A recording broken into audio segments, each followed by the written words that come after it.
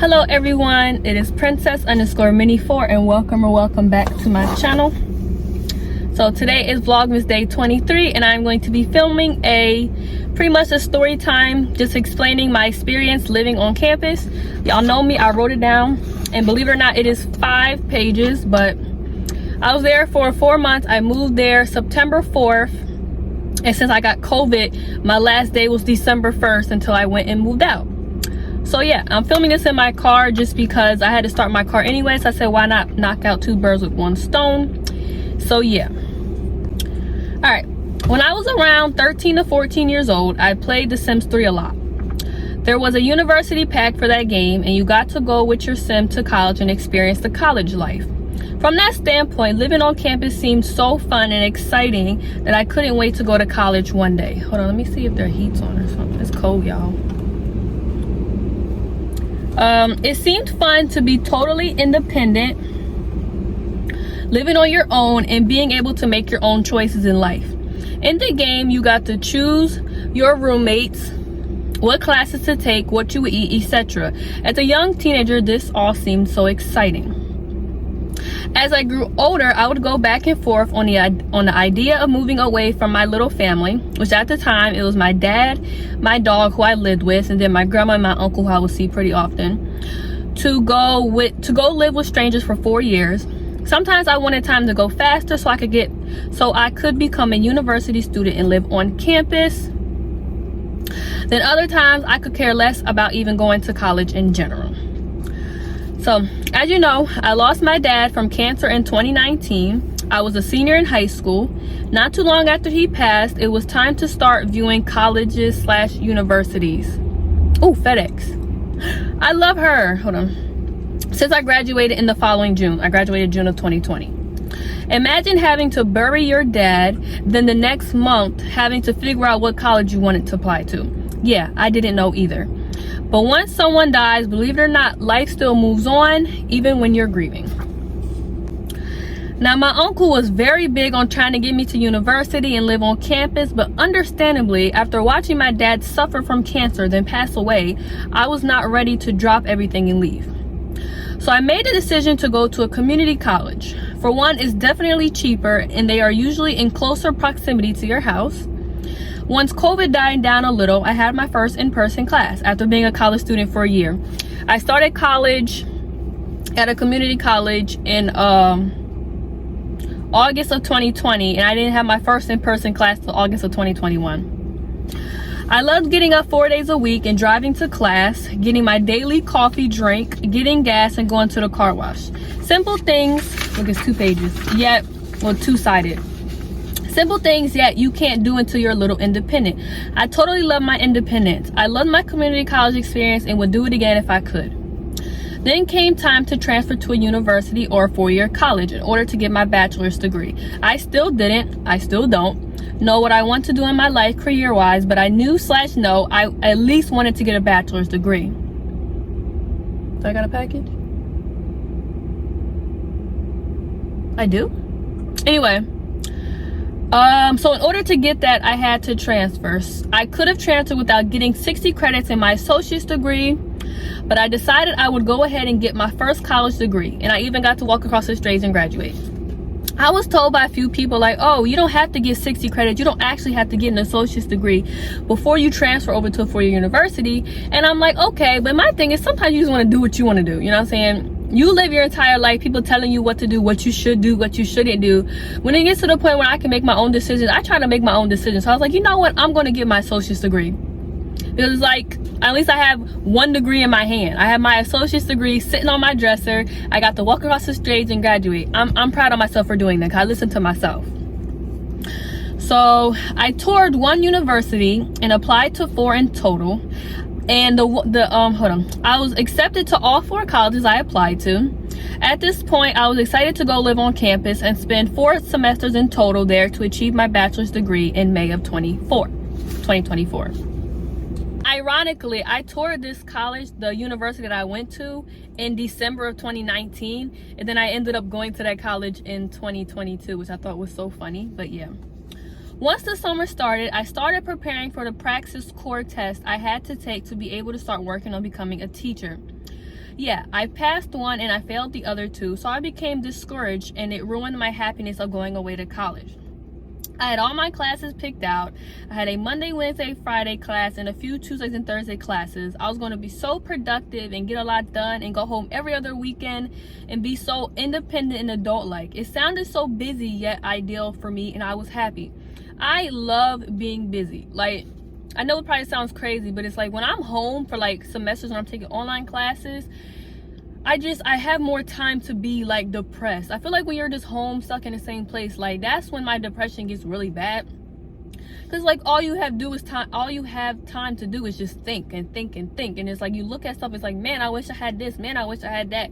Because you have more time to think. When I'm busy, like when I used to work 5 days a week, I didn't have much time to think. I got up and time flew by and I was productive. I love feeling productive. Like I am definitely an overachiever and I love that about myself.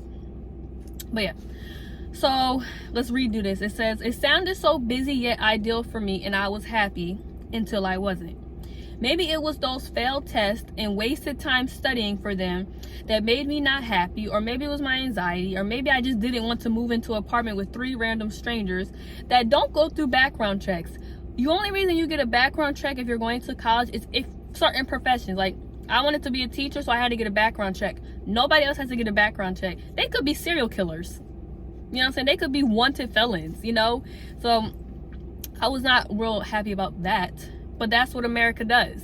There's no, because I seen it right before I went to college. They were like, having to go away and be with a random person that doesn't have to go through a background check is not sounding ideal for me. And I saw that, I said, I can relate to that. Because when you really think of it, it's not really safe, but it's our country, so. And lived with them until the May of 2023, and that I wasn't a big fan of. Either way, the day after I submitted my payment for the fall semester, I decided to change my major from education to general studies, and therefore I changed all my classes, and then I only had 3 classes on Tuesdays and Thursdays, which meant I could have saved a good chunk of cash and just commuted back and forth instead of paying for housing, all the items I bought to live there, bought a meal plan, etc. But at that point, the damage was done and the money was gone, so I had to live on campus. Now fast forward to move-in day. I wasn't the happiest, but I moved all in. I had to turn the heat on a little bit, it's cold. I got up the next morning and I drove over to the campus center and got my coffee and had our little welcome meeting, and I started to enjoy it.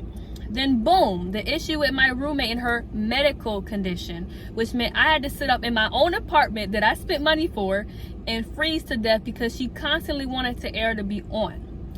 Then instead of bringing it up to me and my other housemate that I talked to, she put up a note, which to me, a note is very aggressive, very like, I guess you could say like, what's that word? Passive aggressive. Like, just talk. I made the group chat for all of us to talk, but no, she put up a note because she wanted to, I guess, remain anonymous. But honey, there's only 4 of us in the house. But whatever. Then got the other housemates and got 2 RAs to come and gangbang or fight against us instead of talking like the adults we all were. Like I said, that roommate who started the stuff, she's 26. The other housemate that she got to gang up on her, she's 25. Then at the time, the one I talked to was 21 and I'm 20. So I'm the youngest, yet the most mature, which maturity doesn't come with age, obviously. I think she was mad about the comment I made about her having her boyfriend. And I say that because at the time, I didn't know that was her boyfriend. It was just a random girl in my room, whatever. So I'm like, I come home from getting my dinner and you're in here with a random girl. I don't know who this is, which they identify as a boy. But like I said, when I first seen them, it was a girl in my room with my roommate. And I'm like, I had my computer sitting out open because I was just running to get food and come back. So then all I said was sent the thing that says a guest policy. You have to let your roommates know, your roommates and your housemates, that you're having a guest over before you just have a guest over. I guess she got mad at that. Oh, my fault. All right, so here's what I wrote. I guess I'm wrong for wanting to know who's in my shared bedroom with my school computer and other expensive items when I'm gone for the weekend. And I found out later that she had that girl, that her boyfriend over while I was gone for the weekend. She didn't tell nobody. That person was all in my room. I don't know what they was doing to my stuff. Whatever. And I said LOL, but she unfollowed me on Instagram and stopped talking to me, but then would only talk to me when the other housemate did. But her boyfriend always acted like I wasn't there. I thought that was so funny. Oh well, at least I solved the problem for her bringing in random people while I'm gone. Even to the day I left my dorm, I froze every single day. It's in caps. I froze every single day. I had to sleep with pajamas on, with a long sleeve shirt over the pajamas, socks, and a hoodie with the hood over my head, and the covers, blankets, and comforter over my head as well. And guess what?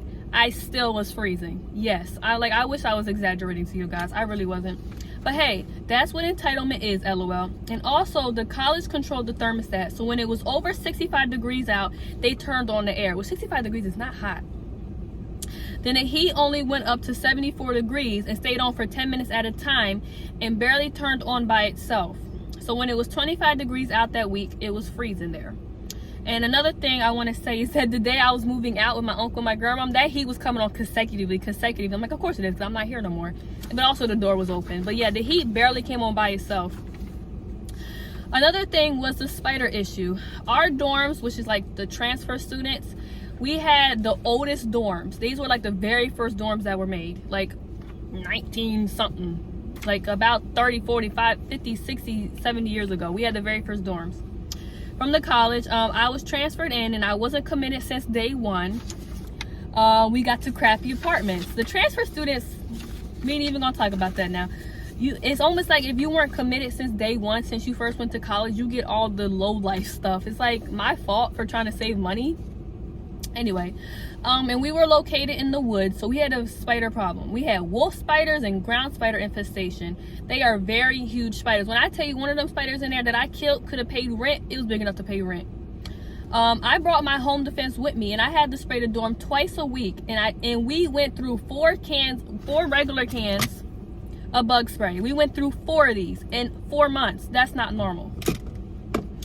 One weekend, me and my housemate, the other one, not the one that doesn't like me, the one that went into the situation with her, but she was cool. I think she just got dragged into something that really had no business for her to be dragged in, but she was really cool. We would talk all the time. I had no problem with her. Like, I could see me being friends with her. But anyway, we spent hours flipping over the tables and the chairs, looking under the beds and behind desks. And pretty much she, because I was not doing it, she got rid of over 40 plus spider eggs. Like, they were under my bed, behind my desk, they were on the couch. There was at least 25 spider eggs. I sat there every morning after I got out the shower. Like, I can't imagine what would have happened if they hatched. So that is truly disgusting, and no one should have to live like that. Why is my car being dramatic? Hold on, y'all. Princess acting up. I called and I talked to a transfer advisor over the summer, and I asked if they cleaned the apartment before our move-in day, and was told, yeah, of course they do. Well, the apartment was filthy when we moved in, and we had to clean it ourselves while moving in our belongings, because who's gonna bring stuff from their house and put it in a dirty apartment? I also asked if they exterminated it as well before we moved in, and was told, of course they do. Well, no, when we moved in, we had to kill spider eggs then, and the families as well, because it was spider eggs and then there was live spiders there. So 2 lies from my own college that I spent money to. Now, since I was a transfer student and a residential student, we weren't allowed to park our cars near our classes until after 4 p.m., which all my last class ended at 2:30, so I was never able to park there. If we did, our cars would either get towed or we would have to pay a fine. So they have a shuttle bus service that was great during the month of September. Then it wasn't great. At first, they had shuttle buses running constantly. 1 will be dropping people off at the school, and 2 will go around picking people up. So if you miss one, the next one was only 5 minutes away. Then we noticed the shuttle bus stopped running as frequently. I found myself waiting 10 to 15 minutes. The one time I waited over 45 minutes for a shuttle bus. Yes, I waited 45 minutes. Let me see what it says. The one time I waited 30 minutes and then I had to go and get my car anyway. This is when I had an advising meeting and he told me to be there at 8 a.m. I waited there for 30 minutes waiting for that shuttle to come. The shuttle never came. I had to go run back to my dorm, go into my safe, grab my keys so I could take my car, run over to the campus center so I could get to my appointment. Actually, there wasn't no appointments. It was an advising thing. It was advising day and there was no appointments. So I had to do that because the shuttles weren't running. Why wouldn't the shuttles run? Whatever. And then the next time, like I said, I had to wait 45 minutes and it was raining. It was really cold and it was raining that day. And then, let me see, whatever. I had to wait for a bus to take me either to my classes or back to my dorm. I understand the job market is bad, but come on. I was already inconvenienced enough by not being able to drive my own car. Then now I have to be waiting outside, sometimes in the dark and alone, for a bus to come pick me up. There has been several times where I was the only person on a shuttle bus after waiting for 30 minutes in the dark. That's very safe. And the campus I went to, or the college I went to, is very open. So anybody and everybody can get on campus at any time. So anybody could came on there and act like they're a student. Like I said, there are 30-year-olds, 40-year-olds, 50-year-olds going to get their degree. It could be anybody coming on campus to kill somebody, to do anything. And I'm out there waiting alone for a shuttle bus. Very safe. I love that. That's why I started starving myself, because I didn't want to have to go on campus to eat. Because I don't want to have to be stranded.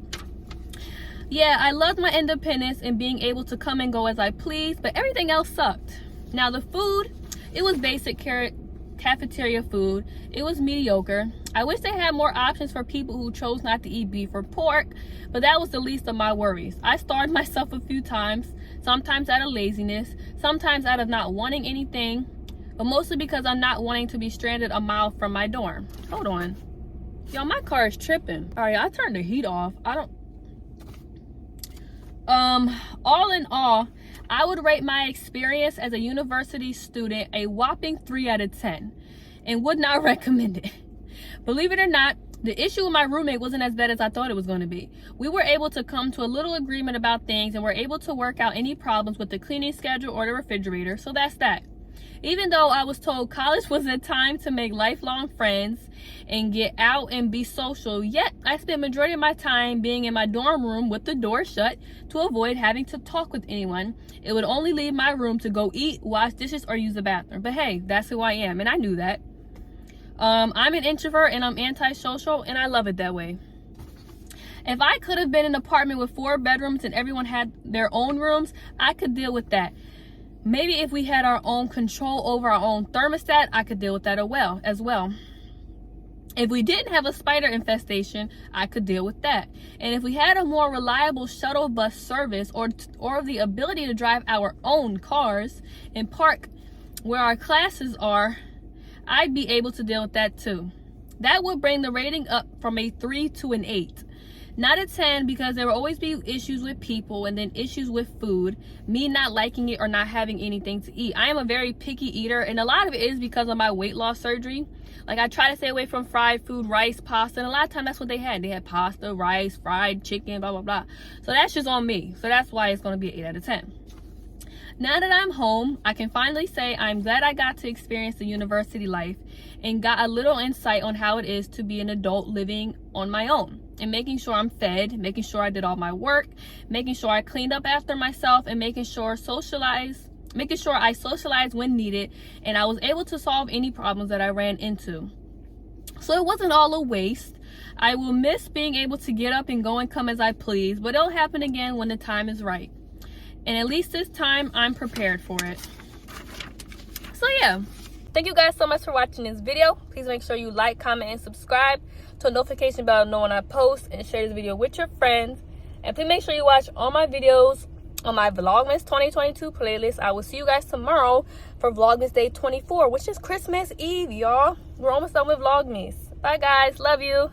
Y'all, my car tripping for real.